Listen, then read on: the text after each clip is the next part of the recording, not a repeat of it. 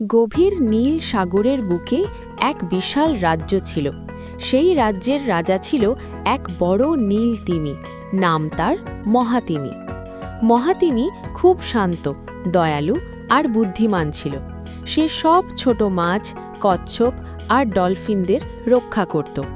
কিন্তু সেই সাগরেই থাকত এক ভয়ঙ্কর হাঙর, তার নাম কালোফিন। কালোফিন ছিল খুব হিংস্র। সে ছোট মাছদের ভয় দেখাত, খাবার কেড়ে নিত।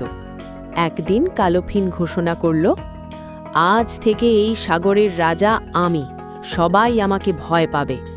ছোট মাছেরা ভয়ে কাঁপতে লাগল। তারা দৌড়ে গেল মহাতিমির কাছে। মহাতিমি গভীর গর্জনে বলল, সাগর কারো একার নয়, এখানে সবাই শান্তিতে থাকবে। এ কথা শুনে কালোফিন রেগে আগুন। সে হঠাৎ করে মহাতিমির দিকে ঝাঁপিয়ে পড়ল।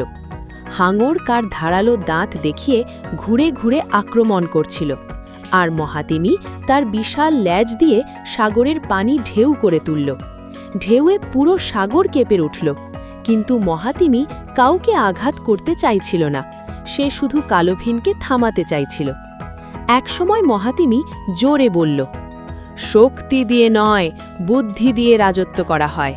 সে তার বিশাল শরীর দিয়ে এমন এক ঢেউ তুলল যাতে কালোফিন দূরে ছিটকে গেল। কালোফিন বুঝে গেল, সে শক্তিশালী হলেও দয়া আর বুদ্ধির কাছে সে হার মানে। লজ্জায় মাথা নিচু করে সে বলল, আমি ভুল করেছি, আমি আর কাউকে কষ্ট দেব না। সাগরে আবার শান্তি ফিরে এলো। ছোট মাছেরা খুশিতে নাচতে লাগল। মহাতিমি আবার সাগরের প্রহরী হয়ে রইল। আর কালোফিন, সে বদলে গেল, হিংস্রতা ছেড়ে সাগরের বন্ধু হল। শিক্ষা, শুধু শক্তি নয়, দয়া আর বুদ্ধি আসল শক্তি।